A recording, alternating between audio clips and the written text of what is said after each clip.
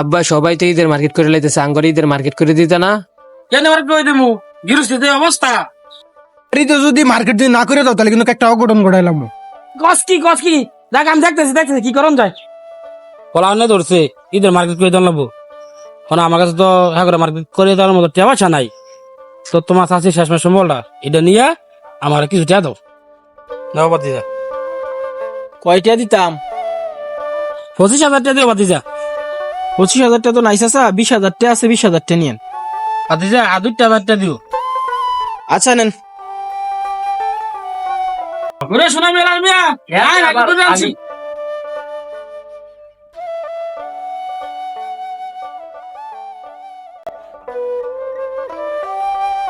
তোরা দুইটা বাই বেড়া কি বাপ সাপলে ঘুরস, আর হ্যাঁ তোর বাপে খেত কামার কাজ কইরা ঠিকঠাক মতো পোশাকটা কিনতে পারে না, সিরা একটা গেঞ্জি কিনতে পরে আডে।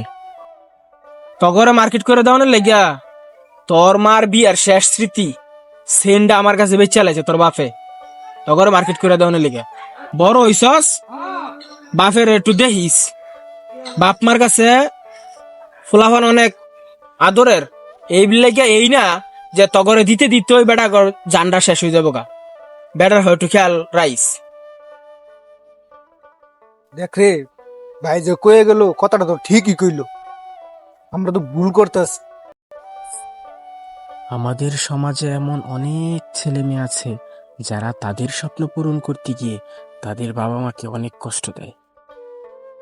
প্রত্যেকটা বাবা মা চায় তার ছেলে সন্তান যেন ভালো থাকে, সমাজে যেন সে ভালোভাবে চলতে পারে। আমাদের স্বপ্ন পূরণ করতে গিয়ে তারা দিন রাত এক করে আমাদের স্বপ্ন পূরণে তারা কোথা থেকে টাকা এনে দেয়, এটা কি আমরা কখনো জানতে চেয়েছি? আসুন আমরা শেষ বয়সে বাবাদের পাশে দাঁড়াই, তাদের মুখে একটু হাসি ফোটাই।